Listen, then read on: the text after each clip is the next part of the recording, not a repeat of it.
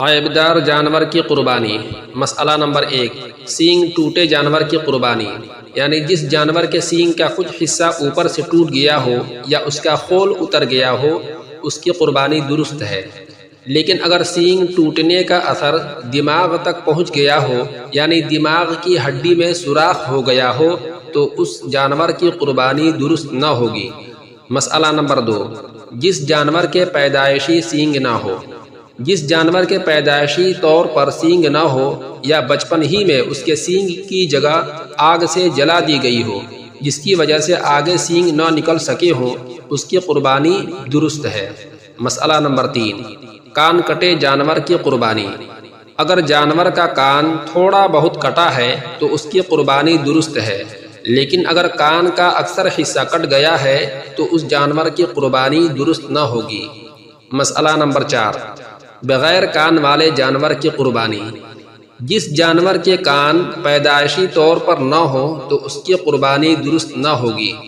مسئلہ نمبر 5، اندھے جانور کی قربانی۔ جس جانور کی آنکھ کی بینائی بالکل یا اکثر چلی گئی ہو تو اس کی قربانی درست نہ ہوگی۔ مسئلہ نمبر 6، پوپلے جانور کی قربانی۔ جس جانور کے دانت بالکل نہ ہو یا اکثر ٹوٹ چکے ہوں تو اس کی قربانی درست نہیں ہے، اور جس کے 2-4 دانت ٹوٹے ہوں کہ اسے چارہ کھانے میں زیادہ دشواری نہ ہوتی ہو تو اس کی قربانی میں کوئی حرج نہیں ہے۔ مسئلہ نمبر 7، زبان کٹے ہوئے جانور کی قربانی۔ زبان کٹا ہوا جانور جو چرنے پر قادر نہ ہو اس کی قربانی جائز نہیں ہے۔ مسئلہ نمبر 8، دم کٹے جانور کی قربانی۔ اگر دم کا اکثر حصہ کٹا ہو تو ایسے جانور کی قربانی جائز نہیں ہے، اور اگر معمولی حصہ کٹا ہے تو اس کی قربانی درست ہے۔ مسئلہ نمبر 9، بغیر دم والے جانور کی قربانی۔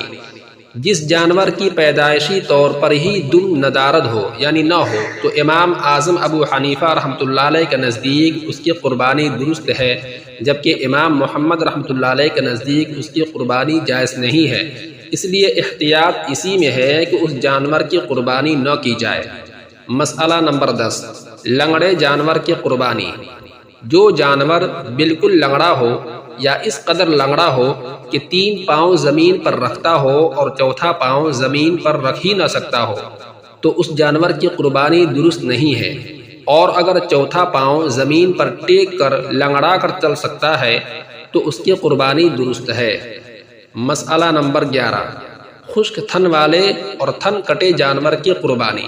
بکری کے 2 تھنوں میں سے ایک تھن اگر خشک ہو جائے یا کاٹ دیا جائے تو اس کی قربانی درست نہ ہوگی، اور اگر گائے یا اونٹنی کے 2 تھن کٹ جائیں یا سوکھ جائیں تو اس کی قربانی بھی جائز نہ ہوگی، لیکن اگر گائے یا اونٹنی کے 4 تھنوں میں سے صرف ایک تھن کٹ جائے تو اس کی قربانی درست ہے۔